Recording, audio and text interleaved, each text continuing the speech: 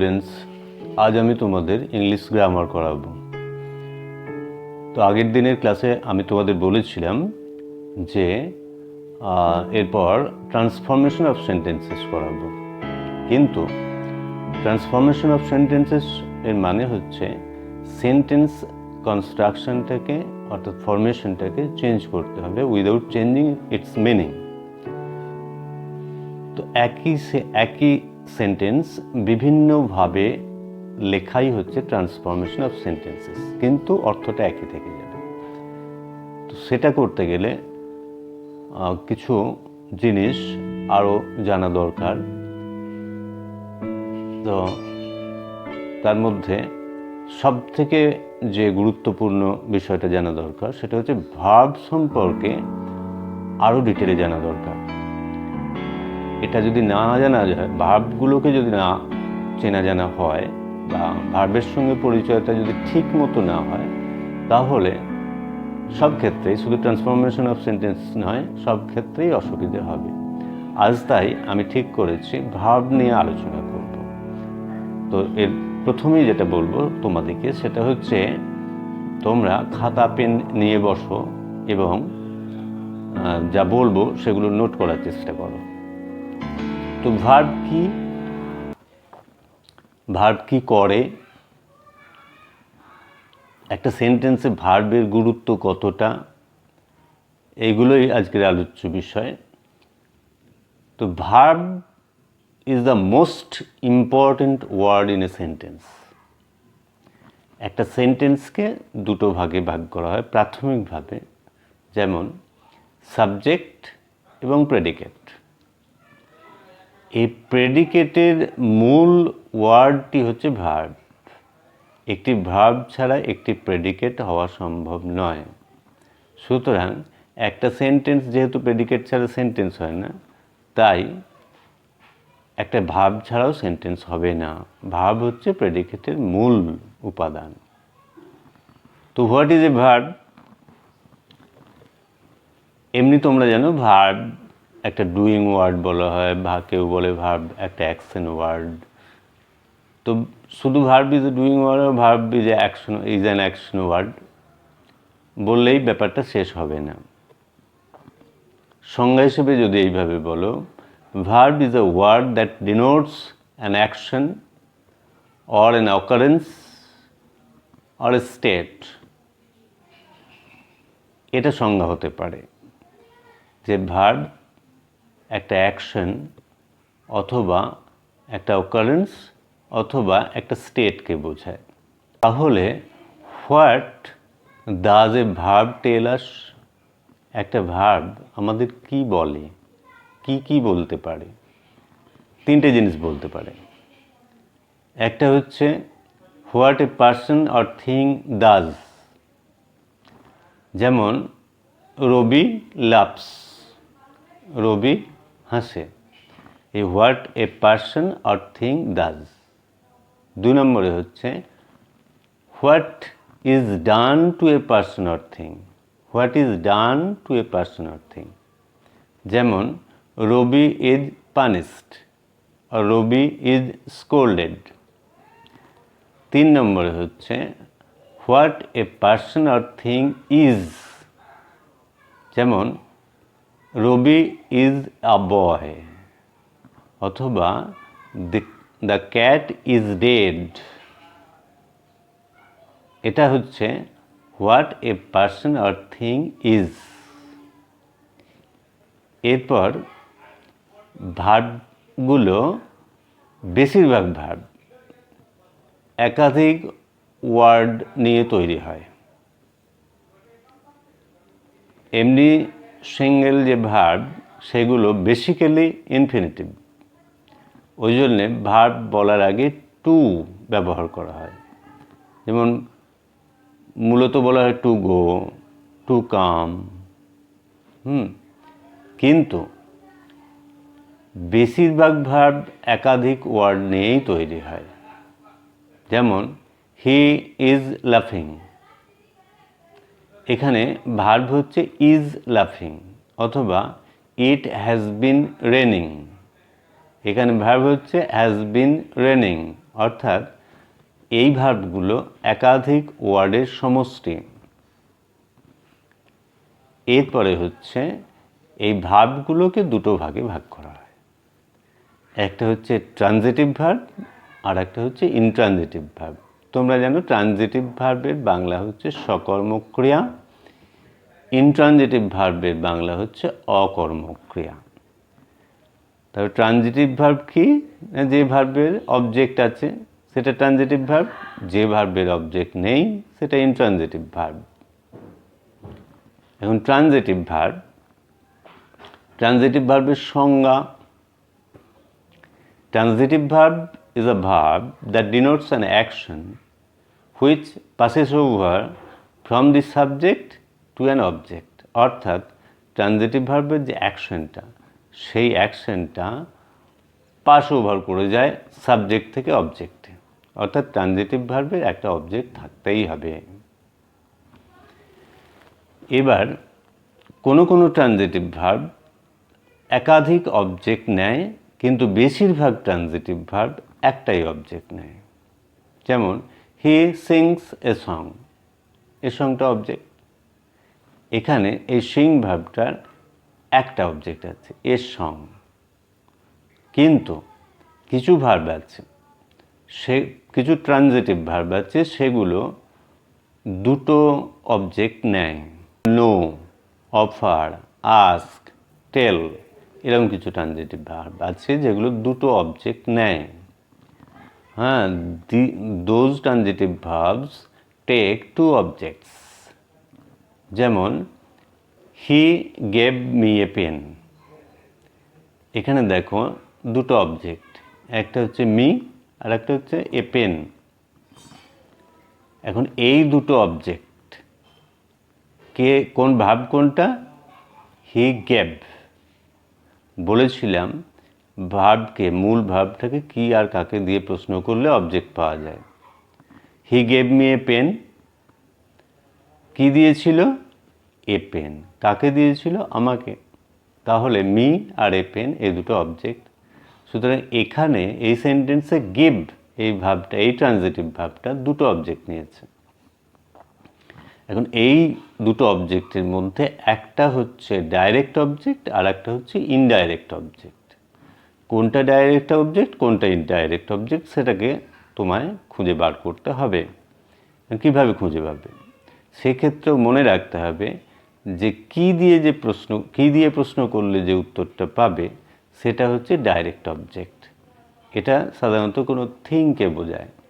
যেমন he gave me a pen, সে আমাকে পেন দিয়েছিল। কি দিয়েছিল? একটি পেন। এই এ পেন এটা হচ্ছে ডাইরেক্ট অবজেক্ট। আর কাকে দিয়েছিল? আমাকে। মিটা হচ্ছে ইনডাইরেক্ট অবজেক্ট। তো এই প্রসঙ্গে একটা বলে রাখি, ভয়েস চেঞ্জ করার সময় কি করতে হয়? অবজেক্টকে সাবজেক্ট করতে হয়। অ্যাক্টিভ ভয়েসের অবজেক্টটা প্যাসিভ ভয়েসে সাবজেক্ট হবে। তো যে অ্যাক্টিভ ভয়েসে তুমি দুটো অবজেক্ট পাবে, তখন কোন অবজেক্টটাকে সাবজেক্ট করবে এটা নিয়ে একটা কনফিউশন তৈরি হয়। সেক্ষেত্রে তোমায় মাথায় রাখতে হবে যে ডাইরেক্ট অবজেক্ট যেটা সাধারণত কোনো থিং হয় other than any person. Indirect object পার্সনকে বোঝায়। অন্য কিছু যদি বোঝায় সেটা হবে ডাইরেক্ট অবজেক্ট, যেটা কি দিয়ে প্রশ্ন করলে পাওয়া যায়। তাই ডাইরেক্ট অবজেক্টটাকে তোমায় সাবজেক্ট হিসেবে আনতে হবে। অর্থাৎ he gave me a pen, এই সেন্টেন্সে ভয়েস চেঞ্জ করার সময় তোমায় এ পেনটাকে সাবজেক্ট হিসেবে নিয়ে আসতে হবে। A pen is given to me by him। তো he gave me a pen, তাহলে এর ভয়েস চেঞ্জটা হবে was, is হবে না, a pen was given to me by him। যাই হোক, এই হলো ট্রানজিটিভ ভার্ব। এরপরে আসছি ইনট্রানজিটিভ ভার্ব। ইনট্রানজিটিভ ভার্ব কোনগুলো? যে ভার্বের অবজেক্ট নেই সেগুলো ইনট্রানজিটিভ ভার্ব। এইগুলোর আবার ভাগ আছে। কিছু কিছু ইনট্রানজিটিভ ভার্ব আছে যেগুলো প্রেডিকেটটাকে কমপ্লিট করতে পারে আর কিছু কিছু ইন্ট্রানজিটিভ ভার্ব আছে যেগুলো প্রেডিকেটটাকে কমপ্লিট করতে পারে না, অর্থাৎ ভার্বটা তার নিজের থটটাকে পুরোপুরি প্রকাশ করতে পারে না। তো সেই ইন্ট্রানজিটিভ ভার্বগুলো যেমন ধরো he sleeps, the baby sleeps, the baby sleeps. এখানে স্লিপ ভার্বটার কোনো অবজেক্ট নেই, অথচ এই ভার্বটা তার অর্থটাকে পরিষ্কার করে দিতে পারছে, সেন্টেন্সটাকে কমপ্লিট করতে পারছে, ভার্বটা যে প্রেডিকেটটাকে তৈরি করছে সেই প্রেডিকেটটাও কমপ্লিট হয়ে যাচ্ছে। সুতরাং এই যে প্রেডিকেটটাকে কমপ্লিট করতে পারছে, অর্থাৎ ভার্ব যে আইডিয়াটা বা থটটা প্রকাশ করতে চাইছে সেটাও সে কমপ্লিট করতে পারছে, এটাকে বলা হয় verb of complete predication, verb of complete predication. এরপরে ওই ইন্ট্রানজিটিভ ভার্বই তুমি অন্য ইন্ট্রানজিটিভ আর একটা ভার্ব বলছি, যেমন ধরো the baby seems happy, the baby seems happy. এখানে এই হ্যাপি ওয়ার্ডটাকে বাদ দিয়ে দাও, শুধু দ্য বেবি সিমস, ওখানে বলা হলো দ্য বেবি স্লিপস, এখানে বলছি দ্য বেবি সিমস। এই সিম ভার্বটার কোনো অবজেক্ট নেই, the baby seems happy, object নেই, শুধু এটা ইন্ট্রানজিটিভ। কিন্তু হ্যাপিটাকে যদি বাদ দেওয়া হয় সেন্টেন্সটাকে, তাহলে পড়ে থাকলেও কি দ্য বেবি সিমস। এই ক্ষেত্রে এই সিম ভার্বটা, ইন্ট্রানজিটিভ ভার্বটা নিজের অর্থটাকে বা থটটাকে কমপ্লিট করতে পারছে না, অর্থাৎ প্রেডিকেটটাকে কমপ্লিট করতে পারছে না। প্রেডিকেটটাকে কমপ্লিট করতে পারছে না যে ইন্ট্রানজিটিভ ভার্ব, সেই ইন্ট্রানজিটিভ ভার্বটাকে বলা হয় verb of incomplete predication, verb of incomplete predication. এবার ভার্ব অফ ইনকমপ্লিট প্রেডিকেশন তার অর্থটাকে কমপ্লিট করার জন্যে একটা বা একাধিক ওয়ার্ডের দরকার হচ্ছে। The baby seems happy, happy ওয়ার্ডটাকে দরকার হচ্ছে। সেই যে ওয়ার্ডটার দরকার হচ্ছে, এই ওয়ার্ডটা হতে পারে অ্যাডজেক্টিভ, নাউন, অ্যাডভার্ব হতে পারে, কোনো ফ্রেজ হতে পারে। তো এই যেটা দরকার হচ্ছে, ওয়ার্ড বা ওয়ার্ড সমষ্টি যেটা দরকার হচ্ছে, সেটাকে বলা হয়, কি বলা হয়? কমপ্লিমেন্ট। কমপ্লিমেন্ট অর্থাৎ ইন্ট্রানজিটিভ ভার্ব এর অর্থটাকে কমপ্লিট করার জন্য যে ওয়ার্ড দরকার হয় সেটাকে বলে কমপ্লিমেন্ট। এই কমপ্লিমেন্টগুলো আবার দুই ধরনের হয়, একটা হচ্ছে সাবজেক্টিভ কমপ্লিমেন্ট আর একটা হচ্ছে অবজেক্টিভ কমপ্লিমেন্ট। সাবজেক্টিভ কমপ্লিমেন্ট যে উদাহরণটা দিলাম, দ্য বেবি সিমস হ্যাপি, এখানে হ্যাপিটা কার সম্পর্কে বলছে? দ্য বেবি সম্পর্কে, অর্থাৎ সাবজেক্ট সম্পর্কে কিছু বলছে, সাবজেক্ট সম্পর্কে কিছু ইনফরমেশন দিচ্ছে। সুতরাং এখানে হ্যাপিটা হচ্ছে সাবজেক্টিভ কমপ্লিমেন্ট। হ্যাপিটা কে?